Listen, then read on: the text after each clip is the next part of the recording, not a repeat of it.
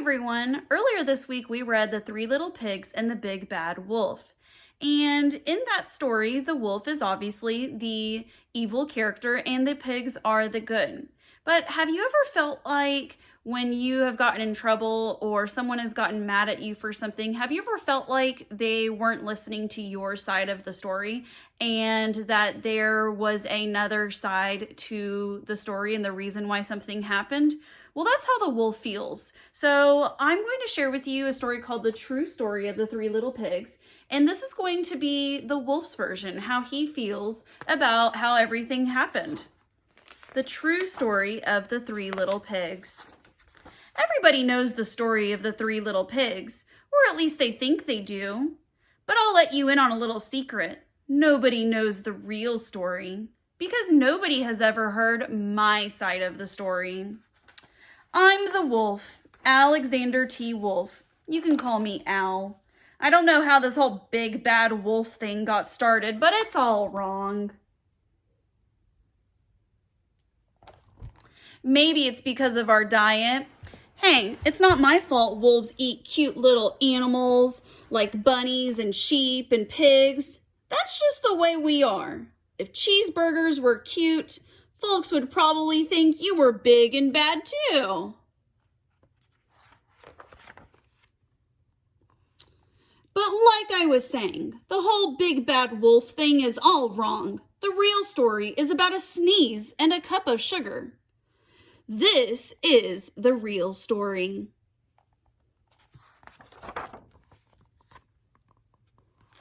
Way back in Once Upon a Time, I was making a birthday cake for my dear old granny. I had a terrible sneezing cold, and I ran out of sugar. So I walked down the street to ask my neighbor for a cup of sugar.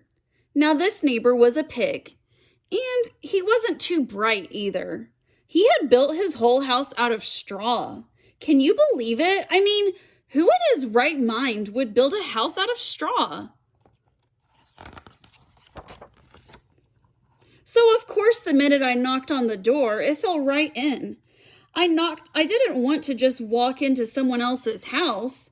So I called, little pig, are you in? No answer. I was just about to go home without the cup of sugar for my dear old granny's birthday cake. That's when my nose started to itch. I felt a sneeze coming on. Well, I huffed, and I snuffed, and I sneezed a great sneeze. And you know what? The whole darn straw house fell down, and right in the middle of the pile of straw was the first little pig, dead as a doornail. He had been home the whole time. It seemed like a shame to leave a perfectly good ham dinner lying there in the straw, so I ate it up. Think of it as a big cheeseburger just lying there. I was feeling a little better, but I still didn't have my cup of sugar. So I went to the next neighbor's house. This neighbor was the first little pig's brother. He was a little smarter, but not much. He had built his house out of sticks. I rang the doorbell on the stick house. Nobody answered. I called, Mr. Pig, are you in? He yelled back, Go away, wolf. You can't come in. I'm shaving the hairs on my chinny chin chin. I had just grabbed the doorknob when I felt another sneeze coming on. I huffed and I snuffed and I tried to cover my mouth, but I sneezed a great sneeze. And you're not going to believe it, but this guy's house fell down just like his brother's. When the dust cleared, there was the second little pig dead as a doornail. Wolf's honor.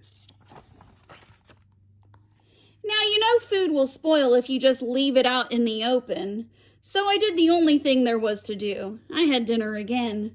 Think of it as a second helping. I was getting awfully full. But my cold was feeling a little better. And I still didn't have that cup of sugar for my dear old granny's birthday cake. So I went to the next house. This guy was the first and second little pig's brother. He must have been the brains of the family because he had built his house out of bricks. I knocked on the brick house. No answer. I called, Mr. Pig, are you in? And you know what? what that rude little porker answered. "Get out of here, Wolf! Don't bother me again!" Talk about impolite. He probably had a whole sack full of sugar, and he wouldn't even give me one little cup for my dear sweet old granny's birthday cake. What a pig! I was just about to go home and maybe make a nice birthday card instead of a cake when I felt my cold coming on. I huffed and I snuffed and I sneezed once again. Then the third little pig yelled, "And your old granny can sit on a pin."